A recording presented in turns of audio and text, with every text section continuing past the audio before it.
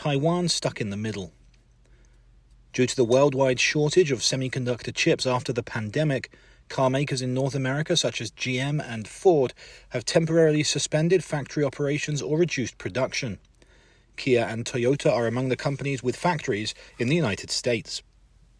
Since last summer, production of laptop computers, smartphones and game consoles were affected, but semiconductors for cars are especially short on the ground because they have low profit margins and not many companies produce them. The US government is not considering the situation as a one-time event. The White House announced a budget that includes $150 million in subsidies to encourage semiconductor production in the United States.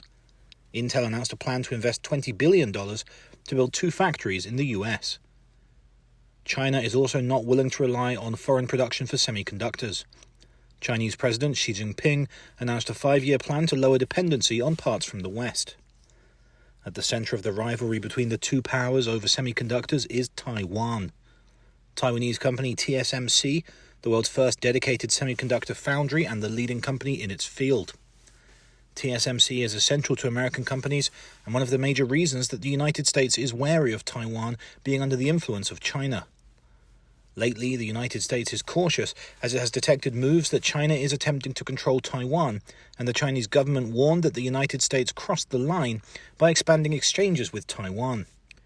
The comment was made after the Biden administration clarified that it supports Taiwan's independence. As Taiwan emerges as the front line of the economic and political discords between the United States and China, it is becoming the testbed of the problem-solving skills of the 2 countries' leadership.